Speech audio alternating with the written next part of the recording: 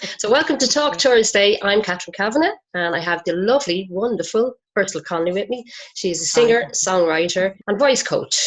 Hi, I'm Ursula Connolly. Yes, as Catherine said, I'm a singer, songwriter and voice coach. So there are three aspects to what I do. For the most part, I've been a singer all my life. I come from a family of singers. In our teens, myself and my sisters had a trio. We used to play in places like the Bagot Inn, and there were folk clubs in Dublin then. But then in my 30s, I joined a band called the Fallen Angels, and we used to joke and say we were the first all-girl band. We were a foursome of 4 females, and it was all a cappella. Played huge gigs in Germany and Denmark. We used to say we were a very easy band to tour. All we needed was a microphone. So I toured with the Fallen Angels for a while, and then what was actually happening was I was writing my own songs. I wanted to do a solo album. I was actually starting to get into songwriting. I just took a leap and said, I'm going to do this. I'm going to do an album.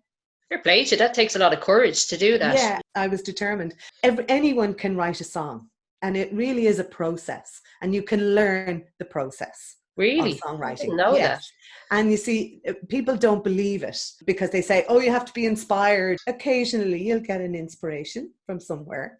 But for a lot of the time, it's a sit down, spend time writing, spend time trying. Yeah. So I thought I'd demonstrate 2 songs, actually. Came from 2 different types of inspiration. The first song I'm going to tell you about, a few years back, I broke my ankle, and a friend of mine rang me and I was feeling very sorry for me. She said to me, why don't you spend this time writing songs? You're always saying you don't have time. So I want you to do one thing, she said. Every night before you go to bed, think about 3 good things that happened in the day. And in my head, 3 good things kept going around and round and round, and eventually they became a song. 3 good things, 3 good things, 3 good things. When you put them all together, they can make a perfect day. When your day throws you a curveball twist and it seems you'll never get on top of this, just lay down gently, take a breath or 2, and know that all of this will pass from you. 'Cause heaven or hell, come what may, there's at least 3 wonders in every day. 3 good things. Wow, fantastic. I'll give you a round of applause for that. Thank you very much. That was how that song came about. It was something she said to me and it became a song. And then I'm going to tell you a story about this song. I grew up in Drimna in Dublin, and opposite our family home was a castle, Drimna Castle. My friend Gay O'Neill and I used to play in a rose garden. When they refurbished the castle, I went to visit and they told us about the ghost of Drimna Castle. And her name was Eleanor de Barnwell. I actually woke up one morning. The lyrics for the chorus were in my head. And when I was writing the song, I wanted it to sound like, I don't know if you remember, Enya did a song years ago called Marble Halls.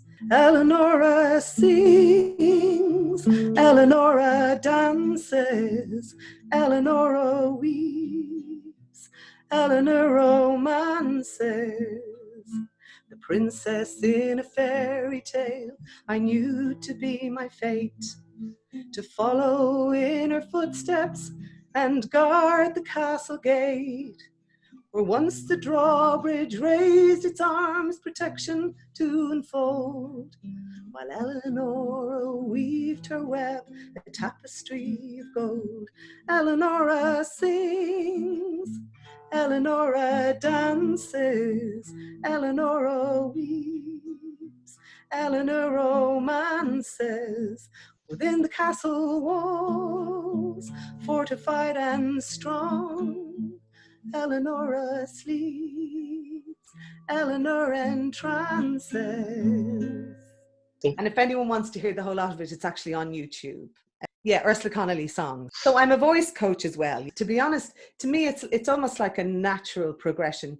There's only a very, very, I think it's 0.01% of people who are tone deaf. You need to exercise your voice. You need to exercise the vocal cords. And you see, if you're gigging all the time, your voice stays in peak condition.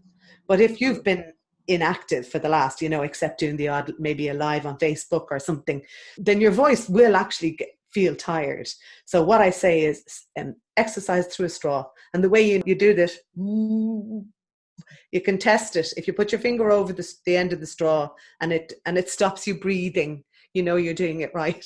So you're sucking in, are you? You're inhaling. No, blowing out. So. All right, yeah. Okay, but what I would actually do is,